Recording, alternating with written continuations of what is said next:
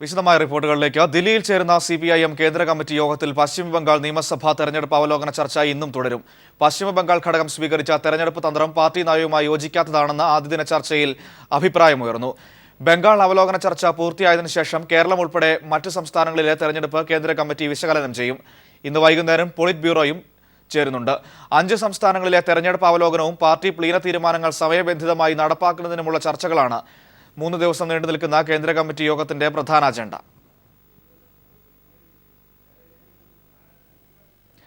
National institute of fashion ടെക്നോളജിയുടെ ചെയർമാനായി മുൻ ക്രിക്കറ്റ് താരവും BJP MPയുമായിരുന്ന ചേതൻ ചൌഹാനെ നിയമിച്ച കേന്ദ്ര സർക്കാർ നടപടി വിവാദമാകുന്നു. ചെയർമാൻ സ്ഥാനത്തേക്ക് പ്രമുഖരുടെ പേരുകൾ ഉയർന്നിരുന്നെങ്കിലും ഫാഷൻ മേഖലയുമായി യാതൊരു ബന്ധവുമില്ലാത്ത ആളെ ചെയർമാനാക്കി നിയമിച്ചതിനെതിരെ പ്രതിഷേധം ശക്തമാവുകയാണ്. നാഷണൽ ഫിലിം ഇൻസ്റ്റിറ്റ്യൂട്ടിലെ ചെയർമാൻ നിയമനത്തിന് പിന്നാലെയാണ് നാഷണൽ ഇൻസ്റ്റിറ്റ്യൂട്ട് ഓഫ് ഫാഷൻ ടെക്നോളജിയിലെ ചെയർമാൻ നിയമനവും ചോദ്യം ചെയ്യപ്പെടുന്നത്. NIFT നിയമം അനുസരിച്ച് പ്രസിഡന്റ് നിർദ്ദേശിക്കുന്ന പ്രഗത്ഭനായ പണ്ഡിതൻ, ശാസ്ത്രജ്ഞൻ, സാങ്കേതിക വിദഗ്ധൻ തുടങ്ങിയവരിൽ നിന്നാണ് ചെയർമാനെ കണ്ടെത്തേണ്ടത്. എന്നാൽ NIFTയുടെ ചെയർമാൻ സ്ഥാനത്തേക്ക് കേന്ദ്ര സർക്കാർ മുൻ ക്രിക്കറ്റ് താരവും 2 തവണ BJP MPയുമായ ചേതൻ ചൌഹാനെയാണ് നിയമിച്ചത്. പ്രമുഖരുടെ പട്ടിക തള്ളിയായിരുന്നു കേന്ദ്ര സർക്കാർ ചൌഹാനെ നിയമിച്ചത്. സോഷ്യൽ മീഡിയകളടക്കം ചേതൻ ചൌഹാന്റെ നിയമനത്തിനെതിരെ പ്രതിഷേധം ശക്തമാവുകയാണ്. ചേതൻ ചൌഹാൻ നിലവിൽ Delhi district cricket association vice പ്രസിഡന്റും BCCIയിലെ സീനിയർ ഒഫീഷ്യലുമാണ്. സ്വന്തമായി ക്രിക്കറ്റ് അക്കാദമിയും വ്യവസായിയുമായ ചേതൻ ചൌഹാന് ഫാഷൻ മേഖലയുമായി എന്തു ബന്ധമെന്ന ചോദ്യമാണ് ഉയരുന്നത്.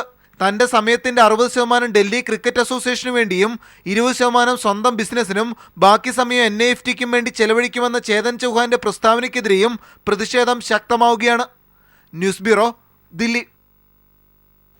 പെരുമ്പാവൂർ ജിഷ വധക്കേസിലെ പ്രതിയെ അറസ്റ്റ് ചെയ്തതോടെ അന്യസംസ്ഥാന തൊഴിലാളികളിൽ ആശങ്ക വർദ്ധിച്ചു. അടിക്കടി ഉണ്ടാകുന്ന ഇത്തരം സംഭവങ്ങൾ തങ്ങളുടെ തൊഴിൽ നഷ്ടപ്പെടുത്തുമെന്ന ആശങ്കയിലാണ് തൊഴിലാളികൾ.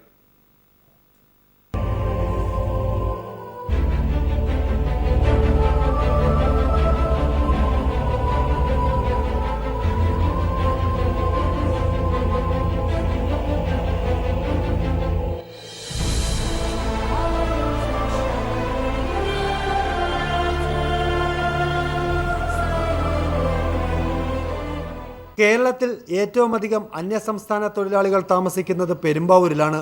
ജിഷ വധക്കേസിലൂടെ വീണ്ടും ഒരു അന്യസംസ്ഥാന തൊഴിലാളി പ്രതിയായതോടെ ജീവിതമാർഗം തേടിയെത്തിയ ആയിരക്കണക്കിന് വരുന്ന തൊഴിലാളികളുടെ ഭാവിയാണ് ഇപ്പോൾ ആശങ്കയിലായിരിക്കുന്നത്. ഇവിടുത്തെ ആൾക്കാർ ശരിയില്ല. അതെ, ഭായമാരി പിന്നെ ആസാംകാർ അവർ ശരിയില്ല. അതൊക്കെ ഇപ്പം പെരുമ്പാവൂരിലെ കണ്ടന്തറ എന്ന പ്രദേശം പൂർണ്ണമായും ഇതര സംസ്ഥാന തൊഴിലാളികളുടെ കയ്യിലാണ്. ഇവരുടെ തന്നെ കടകളും മറ്റുമാണ് ഇവിടെ പ്രവർത്തിച്ചു വരുന്നത്. ഓരോ ദിവസവും മുറികളിൽ ആളുകളുടെ എണ്ണം കൂടിയും കുറഞ്ഞും ഇരിക്കും. ആയതിനാൽ കെട്ടിട ഉടമകൾ പുലർച്ചെയോടെ എത്തി തലയെണ്ണിയാണ് വാടക ഈടാക്കുക. ഒരാളുടെ കയ്യിൽ നിന്നും 30 രൂപ മുതൽ 50 രൂപ വരെയാണ് ഒരു ദിവസത്തെ വാടക. പ്രതിദിനം 800 രൂപ മുതൽ 2000 രൂപ വരെ വേതനം ലഭിക്കുന്ന ഈ തൊഴിലാളികളുടെ ജീവിത ചെലവാകട്ടെ 2000 രൂപയിൽ താഴെ മാത്രം. ബാക്കി പണം ഇടയ്ക്കിടെ വന്നു പോകുന്ന സുഹൃത്തുക്കൾ വഴി നാട്ടിലെത്തിക്കും. തൊഴിലാളികൾക്കിടയിൽ അക്രമവാസനകൾ കൂടി വരുന്നത് മൂലം തങ്ങളുടെ തൊഴിൽ നഷ്ടപ്പെടുമെന്ന ആശങ്കയിലാണ് ഈ തൊഴിലാളികൾ ഇപ്പോൾ. ജിഷ വധക്കേസുമായി ബന്ധപ്പെട്ട് അന്യസംസ്ഥാന തൊഴിലാളി പിടിയിലായതോടെ ജീവിതമാർഗം തേടി ഇവിടെ എത്തിയ 100 കണക്കിന് വരുന്ന അന്യസംസ്ഥാന തൊഴിലാളികളുടെ ജീവിതമാണ് ഇപ്പോൾ ആശങ്കയിലായിരിക്കുന്നത്. ക്യാമറാമാൻ ഇല്യാസിനൊപ്പം ഷാജഹാൻ. കാസർഗോഡ് ജില്ലയിലെ മുട്ടത്തോടി, പിലിക്കോട് സഹകരണ ബാങ്കുകൾക്ക് പിന്നാലെ UDF ഭരണത്തിലുള്ള ഉദുമ പനയാൽ അർബൻ സഹകരണ സംഘത്തിലും വൻ സ്വർണ്ണ വായ്പ തട്ടിപ്പ്. 42 ലക്ഷം രൂപയുടെ തട്ടിപ്പാണ് സഹകരണ വകുപ്പ് ഉദ്യോഗസ്ഥരുടെ പ്രാഥമിക പരിശോധനയിൽ കണ്ടെത്തിയത്. ജീവനക്കാരുടെ പങ്കാളിത്തത്തോടെ മുക്കുപണ്ടം ഉപയോഗിച്ചാണ് ഉദുമ പനയാൽ അർബൻ സഹകരണ സംഘത്തിലും വെട്ടിപ്പ് നടത്തിയത്. കാസർഗോഡ് തച്ചങ്ങാട് ആസ്ഥാനമായി പ്രവർത്തിക്കുന്ന ഉദുമ പനയാൽ അർബൻ സഹകരണ സംഘത്തിലാണ് ജില്ലയിൽ ഏറ്റവും ഒടുവിൽ മുക്കുപണ്ട പണയ തട്ടിപ്പ് കണ്ടെത്തിയത്. കോൺഗ്രസ് നേതൃത്വത്തിലുള്ളതാണ് സംഘം ഭരണസമിതി. സംഘം ഹെഡ് ഓഫീസിലും ആറാട്ടുകടവ് ബ്രാഞ്ച് ഓഫീസിലുമാണ് തിരിമറി കണ്ടെത്തിയത്. ഉത്തരവാദികൾക്കെതിരെ നിയമ നടപടി സ്വീകരിക്കുമെന്ന് ഓസ്തുർക്ക് സഹകരണ അസിസ്റ്റന്റ് രജിസ്ട്രാർ K സജീവ് കർത്ത പറഞ്ഞു. ജീവനക്കാർക്ക് പങ്കുണ്ടെന്നുള്ളതാണ്. അപ്രൈസറുണ്ട്. ഇപ്പോൾ എല്ലായിടും നമ്മൾ പരിശോധിച്ചുകൊണ്ടിരിക്കുകയാണ്. മുക്കുകൊണ്ടമാണെന്ന് ഇപ്പോൾ വ്യക്തമായിട്ട് തെളിഞ്ഞിട്ടുണ്ട്. തുടർ നടപടി പോലീസിൽ നിയമപരമായിട്ടുള്ള കാര്യങ്ങൾ ഇപ്പോൾ തന്നെ കൈമാറും. സംഘം സെക്രട്ടറി, മാനേജർ, അപ്രൈസർ എന്നിവരുടെ നേതൃത്വത്തിൽ തട്ടിപ്പ് നടന്നതായാണ് പ്രാഥമിക നിഗമനം. മുസ്ലിം ലീഗ് ഭരണത്തിലുള്ള മുട്ടത്തോളി സർവീസ് സഹകരണ ബാങ്കിൽ 4 കോടിയുടെയും കോൺഗ്രസ് ഭരണത്തിലുള്ള പിലിക്കോട് സർവീസ് സഹകരണ ബാങ്കിൽ 80 ലക്ഷത്തിന്റെയും മുക്കുപണ്ട തട്ടിപ്പ് നേരത്തെ പിടികൂടിയിരുന്നു. പിലിക്കോട് ബാങ്കിലെ തട്ടിപ്പിൽ മാനേജർ ശരത് ചന്ദ്രനെയും അപ്രൈസർ കുഞ്ഞിരാമനെയും ചന്ദേര പോലീസ് അറസ്റ്റ് ചെയ്തിട്ടുണ്ട്. ജില്ലയിലെ മറ്റ് സഹകരണ സ്ഥാപനങ്ങളിലും സഹകരണ വകുപ്പ് ഉദ്യോഗസ്ഥന്മാർ സ്വർണ്ണപ്പണയ വായ്പാ ഇടപാടുകൾ പരിശോധിച്ചു വരികയാണ്. News bureau, Kasaragod. ഇടുക്കി കല്ലാർ സർക്കാർ ഹൈസ്കൂളിന്റെ 1.5 ഏക്കറോളം ഭൂമി സ്വകാര്യ വ്യക്തി കയ്യേറിയതായി പരാതി. ഭൂമി അളന്നു തിരിച്ചു നൽകണമെന്ന സ്കൂൾ അധികൃതരുടെ അഭ്യർത്ഥന റവന്യൂ വകുപ്പ് തള്ളി. ഇടുക്കി കല്ലാർ സർക്കാർ ഹൈസ്കൂളിന്റെ വക ഭൂമിയാണ് സ്വകാര്യ വ്യക്തി കയ്യേറിയിരിക്കുന്നത്. 1961 ആരംഭിച്ച വിദ്യാലയത്തിന് രേഖകൾ പ്രകാരം 3.30 ഏക്കർ ഭൂമിയാണ് ഉണ്ടായിരുന്നത്. ഇതിൽ 1 ഏക്കർ ഭൂമിയാണ് സ്വകാര്യ വ്യക്തി കയ്യേറിയത്. 1961 കല്ലാർ ഗവൺമെന്റ് സ്കൂളിന് ഏതാണ്ട് 3 ഏക്കർ 90 സെന്റ് സ്ഥലത്തോളം ഉണ്ടായിരുന്നു. അത് റീസർവേയിൽ 3 ഏക്കർ 31 സെന്റ് സ്ഥലമായിട്ടും ചുരുങ്ങിയുണ്ടായി. ഇപ്പോൾ കുറെ വർഷങ്ങളായിട്ട് ഇതിന് അളന്നു തിരിച്ചു തരുന്നതിന് വേണ്ടിയിട്ട് അന്നത്തെ PTA-യും അധ്യാപകരും ഹെഡ്മാസ്റ്റർമാരും എല്ലാം അടക്കമുള്ള ആളുകൾ പല വിധത്തിലുള്ള പരാതികളുമൊക്കെ ആയിട്ട് ഇതിന്റെ താലൂക്ക് ഓഫീസറുമൊക്കെ ആയിട്ട് ബന്ധപ്പെട്ടെങ്കിലും ഇതുവരെ അതിനൊരു നടപടി ഉണ്ടായിട്ടില്ല. കയ്യേറ്റം സംബന്ധിച്ച് തഹസിൽദാർ മുതൽ കളക്ടർക്ക് വരെ പരാതി നൽകിയിട്ടും നടപടി ഉണ്ടായിട്ടില്ല. സ്കൂളിന്റെ ഭൂമി അളന്നു തിരിച്ചു നൽകണമെന്ന് കാട്ടി റവന്യൂ വകുപ്പിനെ സമീപിച്ചെങ്കിലും ഇതിനും ഫലമുണ്ടായില്ല. തൊട്ടടുത്തുള്ള സ്വകാര്യ വ്യക്തികൾ കയ്യേറിയിട്ടോ മറ്റോ സ്ഥലത്തിന്റെ അളവ് വളരെയേറെ കുറഞ്ഞിട്ടുണ്ട്. ഇതിനെതിരെ പരാതി പള്ളിവാസൽ വില്ലേജ് ഓഫീസിലും ദേവികുളം താലൂക്ക് ഓഫീസിലും ദേവികുളം RDOയ്ക്കും നേരിട്ടും ഞങ്ങൾ പരാതി നൽകിയിട്ടുള്ളതാണ്. ഇതുവരെ സ്ഥലം അളന്ന് തിരിച്ച് തരുവാനുള്ള നടപടികൾ ഇതുവരെ ആയിട്ടില്ല. 200-ലധികം വിദ്യാർത്ഥികൾ പഠിക്കുന്ന സ്കൂളിൽ വിദ്യാർത്ഥികൾക്ക് ആവശ്യമായ അടിസ്ഥാന വികസന പ്രവർത്തനങ്ങൾക്ക് വേണ്ടിയുള്ള ഭൂമിയാണ് കയ്യേറ്റം ചെയ്യപ്പെട്ടിരിക്കുന്നത്. News bureau, Idukki.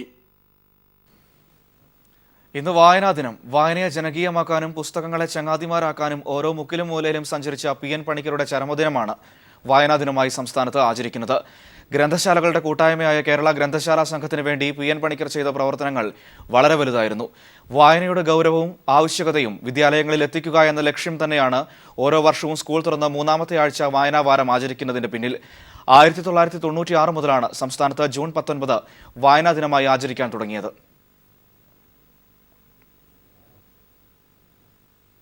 രണ്ടാം തവണയും എവറസ്റ്റ് കൊടുമുടി കീഴടക്കി ഇന്ത്യയുടെ അഭിമാനമാവുകയാണ് കരസേനയിലെ ഉദ്യോഗസ്ഥനായ കണ്ണൂർ സ്വദേശി ഉണ്ണിക്കണ്ണൻ. എന്നാൽ 2013 ആദ്യമായി എവറസ്റ്റ് കൊടുമുടിയുടെ മുകളിലെത്തിയ വിവരം മുൻ സർക്കാരിനെയും സ്പോർട്സ് കൗൺസിലിനെയും അറിയിച്ചെങ്കിലും യാതൊരു പ്രതികരണവും ഉണ്ടായില്ലെന്ന് മലയാളി സൈനികൻ ചൂണ്ടിക്കാട്ടുന്നു. എവറസ്റ്റ് കൊടുമുടി കീഴടക്കാനുള്ള 3ാം ദൗത്യത്തിന് ഒരുങ്ങുകയാണ് ഉണ്ണിക്കണ്ണൻ ഇപ്പോൾ. സമുദ്രനിരപ്പിൽ നിന്ന് 8848 മീറ്റർ ഉയരമുള്ള എവറസ്റ്റ് കൊടുമുടിയിൽ ഇത് 2ാം തവണയാണ് കണ്ണൂർ സ്വദേശി ഉണ്ണിക്കണ്ണൻ ഉൾപ്പെട്ട ഇന്ത്യൻ കരസേനയുടെ പ്രത്യേക സംഘം എത്തുന്നത്.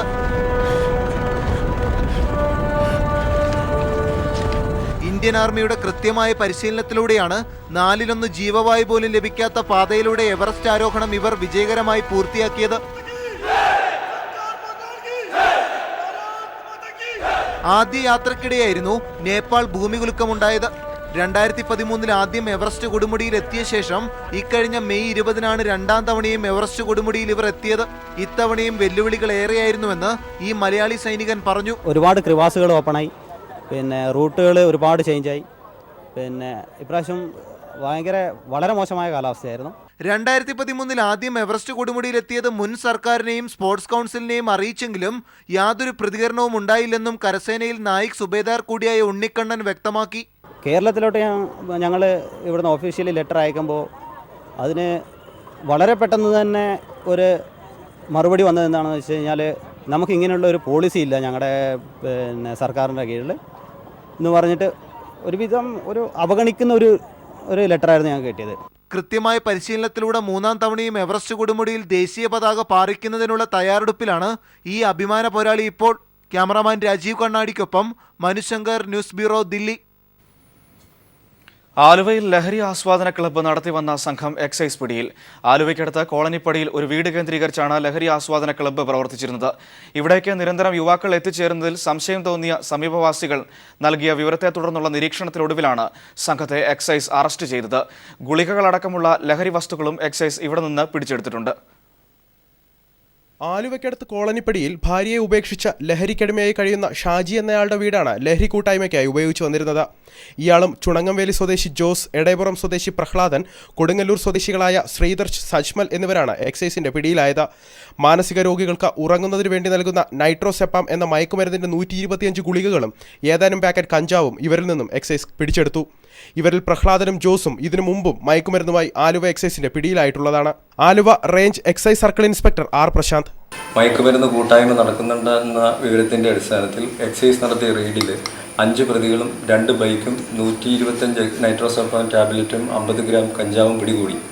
ഇവിടെ സ്ഥിരമായി ചെറുപ്പക്കാർ അസമയങ്ങളിൽ വന്നു പോകാറുണ്ടെന്നും കഞ്ചാവ് ഉപയോഗിച്ച് നാട്ടുകാർക്ക് വൻതോതിൽ ശല്യം ഉണ്ടാക്കുന്നുണ്ടെന്ന പരാതികൾ നിരന്തരം എക്സൈസിന് ലഭിച്ചിരുന്നതിനാൽ ഈ പ്രദേശം എക്സൈസിന്റെ കർശന നിരീക്ഷണത്തിലായിരുന്നു. പിടിയിലായവർ ലഹരിക്കടിമകളായി മറ്റു ജോലികളെല്ലാം ഉപേക്ഷിച്ച് മയക്കുമരുന്ന് വിൽപ്പന ഉപജീവനമായി സ്വീകരിക്കുകയായിരുന്നു. മയക്കുമരുന്ന് വാങ്ങുന്നതിന് സംസ്ഥാനത്തിന്റെ പല ഭാഗങ്ങളിൽ നിന്നും നിരവധി പേർ ഇവരുടെ സങ്കേതത്തിലെത്താറുണ്ടായിരുന്നു. ഇതുകൂടാതെയാണ് ലഹരിയോട് താല്പര്യമുള്ളവർക്ക് ലഹരി ആസ്വദിച്ച് ഏറെ നേരം തങ്ങുന്നതിനുള്ള അവസരവും ഇവർ ഒരുക്കിയിരുന്നത്. ഇത്തരത്തിൽ ലഹരി ആസ്വദിക്കാനെത്തിയവരാണ് പിടിയിലായവരിലെ കൊടുങ്ങല്ലൂർ സ്വദേശികൾ. News bureau, Kochi. തലശ്ശേരി കുട്ടിമാക്കൂലിൽ കോൺഗ്രസ് നടത്തുന്നത് ഹീനമായ രാഷ്ട്രീയ ഉദ്ദേശത്തോടെയുള്ള നാടകമാണെന്ന് CPIM ജില്ലാ സെക്രട്ടറി P. ജയരാജൻ. ഏതെങ്കിലും സമുദായ പ്രശ്നമല്ല അവിടെ നടന്നതെന്നും കോൺഗ്രസ് നേതാവിന്റെ മക്കളായ പെൺകുട്ടികളെ കൊണ്ട് CPIMനെതിരെ പ്രചാരവേല നടത്താൻ പിതാവും കോൺഗ്രസ് പ്രാദേശിക നേതാവുമായ രാജൻ മനഃപൂർവ്വം ചെയ്ത പ്രവൃത്തിയെന്നും ജാമ്യം ലഭിക്കുന്ന കേസിൽ കോടതിയിൽ ജാമ്യാപേക്ഷ പോലും നൽകിയില്ലെന്നും P. ജയരാജൻ പറഞ്ഞു. ജൂൺ 11 തലശ്ശേരി കുട്ടിമാക്കൂലിൽ കോൺഗ്രസ് പ്രവർത്തകർ CPIM ഓഫീസിൽ കയറി ആക്രമണം നടത്തിയ കേസിൽ പ്രതികളായവരെ അറസ്റ്റ് ചെയ്തതുമായി ബന്ധപ്പെട്ട് കോൺഗ്രസും BJPയും ചേർന്ന് CPIM വിരുദ്ധ പ്രചാരവേല സംഘടിപ്പിക്കുകയാണെന്ന് CPIM ജില്ലാ സെക്രട്ടറി P. ജയരാജൻ വാർത്താസമ്മേളനത്തിൽ പറഞ്ഞു. കോൺഗ്രസ് ബ്ലോക്ക് സെക്രട്ടറി രാജന്റെ മക്കൾ തികച്ചും രാഷ്ട്രീയ ലക്ഷ്യത്തോടെ ദളിത് പെൺകുട്ടികൾ എന്ന നിലയിൽ നടത്തിയ നാടകമാണിതെന്നും അദ്ദേഹം പറഞ്ഞു. കോൺഗ്രസും അതുപോലെ BJPയും സംഘടിതമായിട്ടുള്ള CPM വിരുദ്ധ പ്രചാരവേല ആരംഭിച്ചിരിക്കുകയാണ്. അത് ദളിത് വിഭാഗം നടത്തിയ ആക്രമണമല്ല, കോൺഗ്രസിൻ്റെ ഒരു നേതാവിൻ്റെ നേതൃത്വത്തിൽ നടത്തിയിട്ടുള്ള ആക്രമണമാണ്. തെറ്റായിട്ടുള്ള ചെയ്തികൾ വന്നാൽ നിയമപ്രകാരം കുറ്റകരമായിട്ടുള്ള കാര്യങ്ങൾ ചെയ്താൽ പോലീസ് കേസെടുക്കുമല്ലോ. അത് ഏതെങ്കിലും ജാതിയുടെ പേര് പറഞ്ഞിട്ട് രക്ഷപ്പെടുത്താൻ നടത്തുന്ന ശ്രമം അങ്ങേയറ്റം അപലനീയമാണ്. AK ആന്റണി കേരളത്തിൽ വന്ന് കോൺഗ്രസ് പ്രവർത്തകർ ജയിലിൽ പോകാൻ തയ്യാറാവണം എന്ന് പ്രഖ്യാപിച്ചത് നാടകീയമായി അവതരിപ്പിക്കുകയാണ് കോൺഗ്രസ് നേതൃത്വം. ആന്റണി പറഞ്ഞതുപോലെ കോൺഗ്രസ്സുകാർ ജയിലിൽ പോകണം. ആ ജയിലിൽ പോകാൻ കോൺഗ്രസ്സുകാർ തയ്യാറാക്കിയ നാടകത്തിൻ്റെ ഒരു രംഗമാണ് തലശ്ശേരിയിൽ നമ്മൾ കണ്ടത്. ജാമ്യം കിട്ടാവുന്ന ഒരു കേസിൽ അതിനുവേണ്ടി ശ്രമിക്കാതെ ജയിലിൽ പോവുക, എന്നിട്ട് പ്രചരണം നടത്തുക, എന്നിട്ട് വേഗം ജാമ്യം ഇറക്കുക. ഇതാണല്ലോ ഇന്ന് നടന്നത്. ഇതൊരു നാടകമാണ്. കോടതിയിൽ ജാമ്യം ലഭിക്കുമെന്നിരിക്കെ പ്രചാരണത്തിന് ആക്കം കൂട്ടാൻ ജാമ്യാപേക്ഷ പോലും നൽകാതെ ഹീനമായ ഉദ്ദേശത്തോടെയാണ് കോൺഗ്രസ് നേതൃത്വം മുന്നോട്ടു പോയതെന്നും അദ്ദേഹം പറഞ്ഞു. News bureau, Kannur. CPIM ഓഫീസിൽ അതിക്രമിച്ചു കയറി ഒരാളെ മർദ്ദിച്ച കേസിൽ റിമാൻഡിലായ ദളിത് യുവതികൾക്ക് ജാമ്യം. ദളിത് വിഷയമുയർത്തി സർക്കാരിനെ മോശമായി ചിത്രീകരിക്കാനുള്ള ശ്രമമാണ് പിന്നിലെന്ന് CPIM ആരോപിച്ചു. കഴിഞ്ഞ ദിവസമാണ് തലശ്ശേരി കുറ്റിമാക്കൂലിലെ DYFI ഓഫീസിൽ കയറി ദളിത് യുവതികൾ പ്രവർത്തകനെ മർദ്ദിച്ചത്. പരാതിയെ തുടർന്ന് കുറ്റിമാക്കൽ കുനിയിൽ സ്വദേശി രാജന്റെ മക്കളായ അഖിലയും അഞ്ജനയും അറസ്റ്റിലായിരുന്നു. ജാമ്യാപേക്ഷയിൽ തലശ്ശേരി സെഷൻസ് കോടതിയാണ് യുവതികൾക്ക് ജാമ്യം അനുവദിച്ചത്. സംഭവം ശ്രദ്ധയിൽപ്പെട്ടിട്ടില്ലെന്നും പരിശോധിച്ച ശേഷം പ്രതികരിക്കാമെന്നും മുഖ്യമന്ത്രി ദില്ലിയിൽ പറഞ്ഞു. എന്താ അതിന്റെ കാര്യങ്ങൾ ഇപ്പോൾ എനിക്കറിയില്ല, നമുക്ക് എന്താന്ന് മനസ്സിലാക്കാൻ ശ്രമിക്കാം. CPIM ദളിത് വിരുദ്ധ പാർട്ടിയാണെന്ന് വരുത്തി തീർക്കാനുള്ള ശ്രമമാണ് നടക്കുന്നതെന്ന് കോടിയേരി ബാലകൃഷ്ണൻ അഭിപ്രായപ്പെട്ടു. ബോധപൂർവം ഒരു CPM വിരുദ്ധ പ്രചാരവേല, ദളിത് വിരുദ്ധ നിലപാടെടുക്കുന്ന പാർട്ടിയാണെന്ന് ചിത്രീകരിക്കാൻ നടത്തുന്ന ഒരു ബോധപൂർവമായ ഒരു പ്രചരണമാണ് അവിടെ നടത്തുന്നത്. പോലീസിന്റെ ഭാഗത്തുനിന്ന് വീഴ്ച വന്നിട്ടുണ്ടോ എന്ന് പരിശോധിക്കുമെന്ന് മന്ത്രി AK ബാലനും പ്രതികരിച്ചു. അറസ്റ്റ് ചെയ്തത് നിയമവിരുദ്ധമാണെങ്കിൽ ശക്തമായിട്ടുള്ള നിലപാട് ഗവൺമെന്റ് എടുക്കും. ദളിത് പെൺകുട്ടികളെ ഉപയോഗപ്പെടുത്തി CPIMനെ രാഷ്ട്രീയമായി ആക്രമിക്കുകയാണ് കോൺഗ്രസ് BJP ലക്ഷ്യമെന്ന് P. ജയരാജനും പറഞ്ഞു. സംഭവത്തെക്കുറിച്ച് അന്വേഷിക്കാൻ DGP ഉത്തരമേഖല ADGPയെ ചുമതലപ്പെടുത്തി. ഞാൻ ADG നോർത്ത് സോണോട് ഇപ്പോൾ പറഞ്ഞിട്ടുണ്ടോ, അദ്ദേഹം വിവരം കളക്ട് ചെയ്തിട്ട് എന്നെ പറയും. വിഷയത്തിൽ സംസ്ഥാന പട്ടികജാതി പട്ടികവർഗ കമ്മീഷൻ കേസെടുത്തിട്ടുണ്ട്. News desk. മലയാളികളായ ഡോക്ടർ വിദ്യാർത്ഥികളുടെ സർക്കാർ ജോലി സാധ്യതയ്ക്ക് തമിഴ്നാട് സർക്കാർ മെഡിക്കൽ കോളേജുകൾ തടസ്സം നിൽക്കുന്നു. ഇല്ലാത്ത ബോണ്ട് കാലാവധിയുടെ പേര് പറഞ്ഞ് വിദ്യാർത്ഥികളുടെ സർട്ടിഫിക്കറ്റുകൾ തടഞ്ഞു വച്ചിരിക്കുകയാണ് മെഡിക്കൽ കോളേജ് അധികൃതർ. 8ഓളം സർക്കാർ മെഡിക്കൽ കോളേജിലായി 60-ലധികം വിദ്യാർത്ഥികളാണ് സർട്ടിഫിക്കറ്റുകൾ ലഭിക്കാതെ വലയുന്നത്. കേരള സർക്കാരിന്റെ അസിസ്റ്റന്റ് സർജൻ പോസ്റ്റിലേക്ക് അപേക്ഷിച്ച് ഷോർട്ട് ലിസ്റ്റിൽ ഉൾപ്പെട്ടവരാണ് ഈ വിദ്യാർത്ഥികൾ. 2014 വിജ്ഞാപനം ചെയ്ത് 2015 സർക്കാർ നടത്തിയ പരീക്ഷയായിരുന്നു MBBS യോഗ്യതയായുള്ള അസിസ്റ്റന്റ് സർജൻ പോസ്റ്റ്. ഇക്കഴിഞ്ഞ മെയിലാണ് ഷോർട്ട് ലിസ്റ്റ് ചെയ്തത്. ഇതിന്റെ അടിസ്ഥാനത്തിൽ ചുരുക്കപ്പട്ടികയിൽ ഉൾപ്പെട്ടവർ ഇപ്പോൾ തമിഴ്നാട് മെഡിക്കൽ കോളേജിൽ PGക്ക് പഠിക്കുകയാണ്. ഇവരുടെ SSLC മുതൽ MBBS വരെയുള്ളതും DMMC രജിസ്ട്രേഷൻ സർട്ടിഫിക്കറ്റും PGക്ക് പഠിക്കുന്ന ആശുപത്രികൾ വാങ്ങിവെച്ചിരിക്കുകയാണ്. PSC ജോലിക്കായി വെരിഫിക്കേഷന് സർട്ടിഫിക്കറ്റ് നൽകണമെന്ന് കാണിച്ച് അപേക്ഷ നൽകിയപ്പോഴാണ് സർട്ടിഫിക്കറ്റുകളെല്ലാം ആശുപത്രിയുടെ സേഫ് കസ്റ്റഡിയിലാണെന്നും ബോണ്ടിൽ പറയുന്ന കാലാവധി ജോലി ചെയ്ത് പൂർത്തിയാക്കുകയോ അല്ലെങ്കിൽ ബോണ്ടിൽ പറഞ്ഞിട്ടുള്ള തുക ആശുപത്രിക്ക് അടയ്ക്കുകയോ വേണമെന്ന് അധികൃതരുടെ മറുപടി.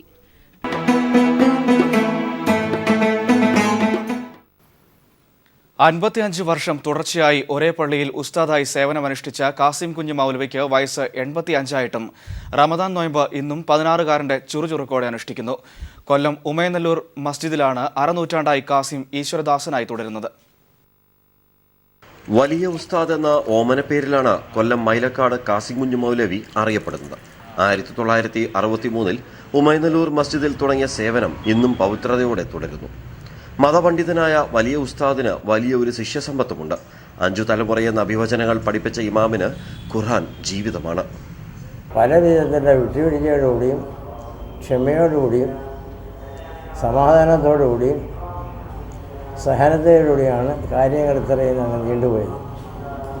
അങ്ങനെ ഈ സഹനതയും ക്ഷമയും ഒന്നും ഇല്ലായിരുന്നുവെങ്കിൽ ഇത്രയും നാൾ തുടരാൻ സാധ്യമല്ല.